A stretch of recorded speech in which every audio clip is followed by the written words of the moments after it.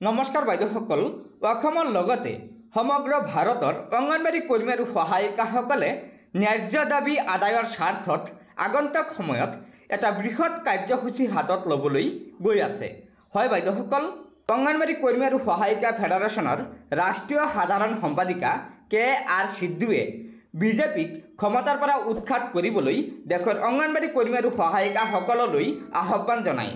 হয় বাইদেউসকল, ছত্তীশগড় ৰাজ্যত চিৰাজত যোৱা 17 মাৰ্চত আয়োজিত দুইদিনীয়া সন্মিলনত অংগনবাড়ী কৰ্মী আৰু সহায়িকা ফেডাৰেশ্যনৰ ৰাষ্ট্ৰীয় সম্পাদিকা কে.আৰ. সিদ্ধুৱে সভাত ভাষণ দি কয় যে বিজেপি 10 বছৰ ক্ষমতাত থকাৰ পিছতো ICDS দুৰ্বল হৈ পৰিছে। অংগনবাড়ীৰ কেন্দ্ৰীয় বাজেট চৰকাৰে 1/3 কৰ্তন কৰিছে। হয় বাইদেউসকল, কেন্দ্ৰীয় চৰকাৰে অংগনবাড়ীৰ 1/3 বাজেট কৰ্তন কৰিছে।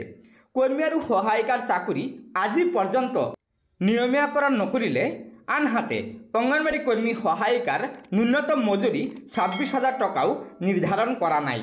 সম্পাদিকাগৰাকীয়ে লগতে কৈছে যে প্ৰকল্পৰ নামত দেশৰ 1 কোটি মহিলাৰ শ্ৰম লুণ্ঠন কৰা হৈছে।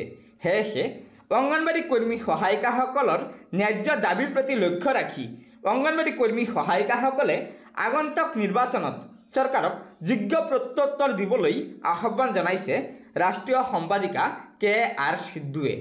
গতিকে বাইদেউসকল, এয়া নিশ্চয় আমাৰ দেশৰ অংগনবাড়ী কৰ্মী আৰু সহায়িকাসকলৰ বাবে এটা অত্যন্ত গুৰুত্বপূৰ্ণ খবৰ। সেয়েহে আপোনালোকৰ লগৰ বান্ধৱীসকলক এই ভিডিঅ'টো শ্বেয়াৰ কৰি ৰাষ্ট্ৰীয় সম্পাদিকা কে.আৰ. সিদ্ধুৱে আগবঢ়োৱা মন্তব্যটো সকলোকে জনাই দিব।